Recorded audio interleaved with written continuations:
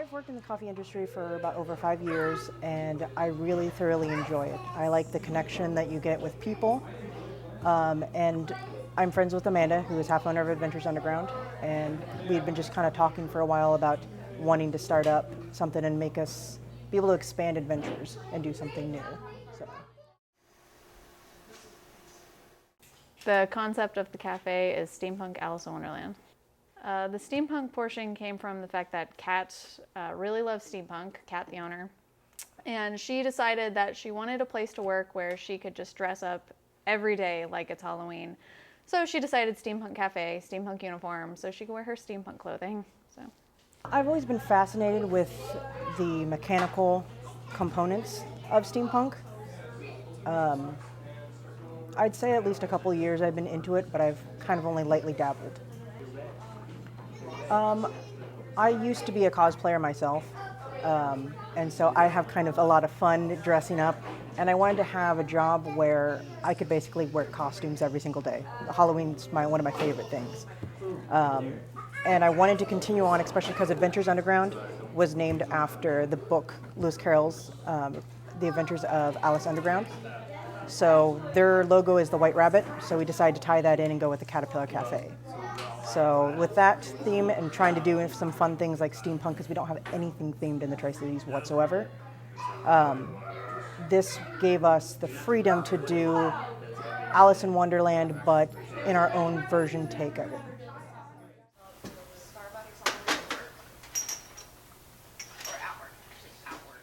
We started about almost 3 years back. We went to Coffee Fest, which is held in Seattle every year, usually around late September. And we just went from vendor to vendor and just started tasting. We were pretty much open to anything. We did want to keep it at least Northwest local, but we were open to a bunch of different ones. We've tried quite a few different Portland ones, quite a few different Seattle ones, even ones that were in Camano Islands in that area. And then that's how we met Peyton from Cafe d'Arte. And we just really enjoyed talking with him, and he knew a lot about coffee, and we just really liked the flavor profile of those the most. And then about a year and a half into it, we were told about Walla Walla Roastery. So we went out, talked to Thomas of that, another great roaster. So we had actually had a trouble deciding between the two.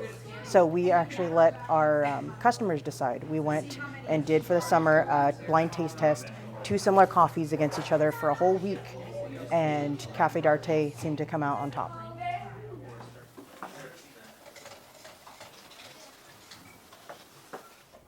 gosh, as far as the creation of our beverages, our specialty beverages, we're kind of making them up as we go along. We're trying to think of the personalities of the characters that we're trying to recreate as beverage forms.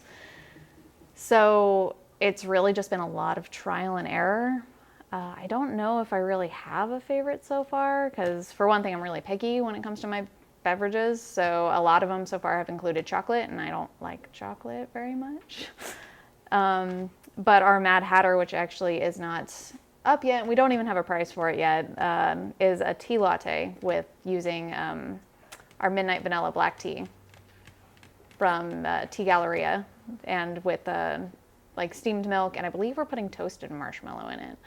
So it makes a very interesting like flavor component, and I really like tea lattes, so tea lattes for the win. So the most popular and at the same time the least popular beverage would have to be the Jabberwocky, depending on who you ask. So the Jabberwocky was actually a suggestion by our soda fountain guy. As he was installing the soda fountain, he was telling us about another location where it's a coffee shop that has a soda fountain in it, and they, to wake themselves up in the morning, would have Dr. Pepper and put a shot of coffee in it, and that would essentially act as an energy drink. So we thought he was crazy and decided to try it, and Kat and I absolutely loved it. Alex is kind of indifferent about it, and most of the employees over at Adventures Underground either love it or hate it. It's kind of one of those love-hate relationship things. You either love it or you hate it. We've had quite a few drink combinations that have been fairly terrible, hence we aren't using them. I feel like we tried one the other day. I'm trying to remember what it was exactly, but it like we tried to make a Nutella like a Nutella flavor. So we tried like mocha with hazelnut, and we used almond milk. And you would think that would be really good. Like, it sounds like it should be a good flavor together. It had like this really weird, awkward aftertaste. It was just bad. No. Apparently Nutella is not meant to be a beverage, like, ever.